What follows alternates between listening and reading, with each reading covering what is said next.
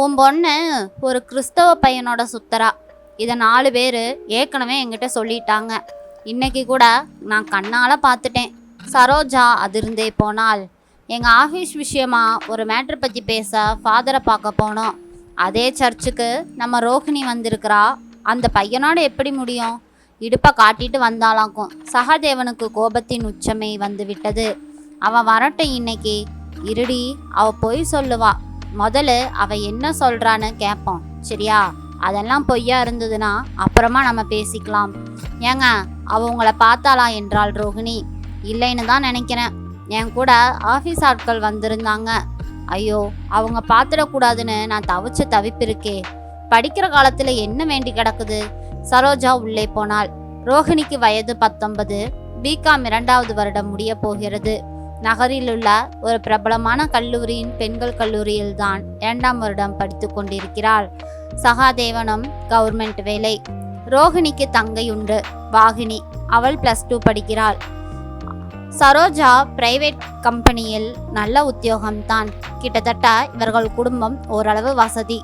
ரோஹிணி 6 மணிக்கு உள்ளே நுழைந்தாள். சகாதேவன் ஹாலில் ஈசி சார் போட்டு டிவி ஓட்டி கொண்டிருக்க அதை பார்த்து கொண்டிருந்தார். ரோஹிணி உள்ள போய் நைட்டிக்கு மாறி முகமெல்லாம் கழுவி விட்டு துடைத்தபடியே உள்ளே வந்தாள். ஏமா, டிஃபன் எதுவும் தரட்டுமா என்று சரோஜா கேட்டாள்.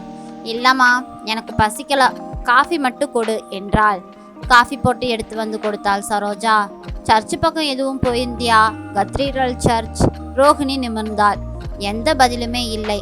உன்னைத்தான் ரோஹிணி கேட்குறேன். ஆமாம்மா, போனேன். எதுக்கு போனேன்? ஃப்ரெண்டு ஒருத்தரை பார்க்க போனேன். தனியாக போனியாக்கும். எதுக்குமா இப்போ சுற்றி வளைச்சு பேசுகிற? சர்ச்சில் என்னை பார்த்தது அப்பா. அவரே அதை நேரடியாக என்கிட்ட கேட்கலாமே. பளீரென அடித்து விட்டாள். சரோஜினி இதை கொஞ்சம் கூட எதிர்பார்க்கவில்லை. ஏங்க, நீங்கள் தாங்க கேட்கணுமா? சொல்கிறா பாருங்க, கேட்டுருங்களேன். சகாதேவன் திரும்பினார். யாரம்மா அந்த பையன்? சைமன்பா. அவர் பேரை நான் தெரிஞ்சுக்கணும்னு ஆசைப்படலை.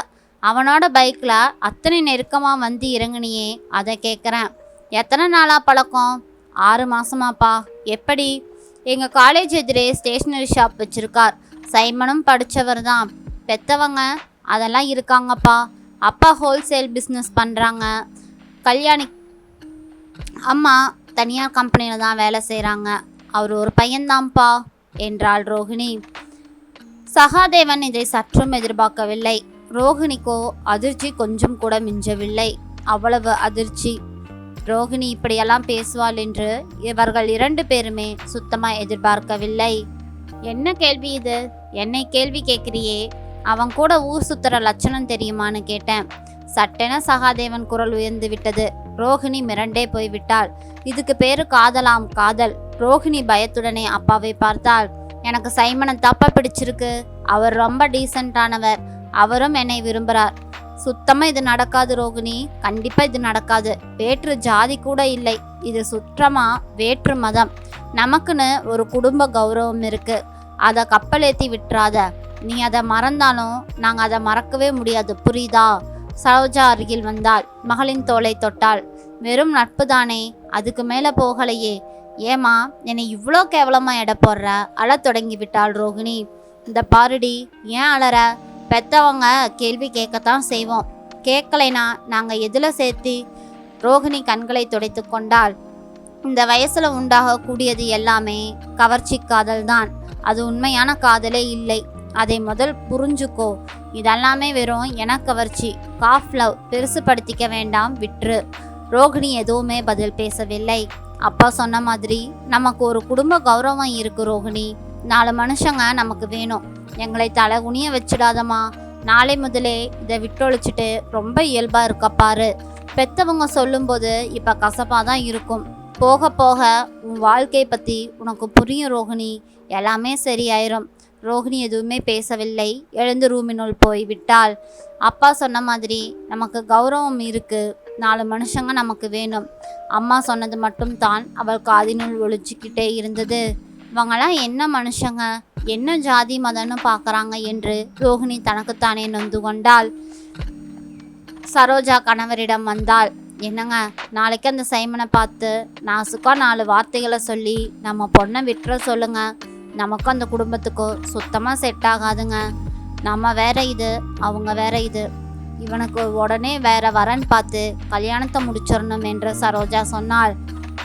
ஏம்மா, இன்னும் 1 வருஷம் படிப்பு இருக்கே சரோ, அது எப்படி மக ஒத்துப்பா? சரி, அது முடியறதுக்குள்ள இவன் வேற மாதிரி திரும்பிட்டா அப்புறம் கண்டிஷன்யும் பண்ணிக்கிட்டோம், இல்லைனா கரஸ்பாண்டன்ஸில் பார்த்துக்கட்டும். என்ன, நான் சொல்கிறது கரெக்டு தானே? இவ்வளோ சீக்கிரமாவா? அதுதான் நல்லதுன்னு எனக்கு தோணுதுப்பா. நம்ம குடும்ப கௌரவம் வெளியில் போயிடக்கூடாது. இதனை எல்லாம் உள்ளே இருந்து ரோகிணி கேட்டுக்கொண்டே இருந்தாள். அமைதியாக கட்டிலில் வந்து படுத்தாள். நாளை சைமனை பார்த்து பேசிவிட வேண்டும். அன்று இரவு முழுக்க அவள் உறங்கவே இல்லை. காலையில் 8 மணிக்கே புறப்பட்டு விட்டாள். ஏன் இவ்வளோ சீக்கிரம் போற? சந்தேகமா இருந்தா நீ கூட வாமா என்றாள். ஏண்டி கோவப்படுற? பெத்த தாயார், நான் கேள்வி கேட்கத்தானே செய்வேன். அவசியம்னு பட்டா ஆஃபீஸ்க்கு லீவு போட்டுட்டு கூட உன் கூடவே வருவேன். வரமாட்டேன்னு நினைச்சியா?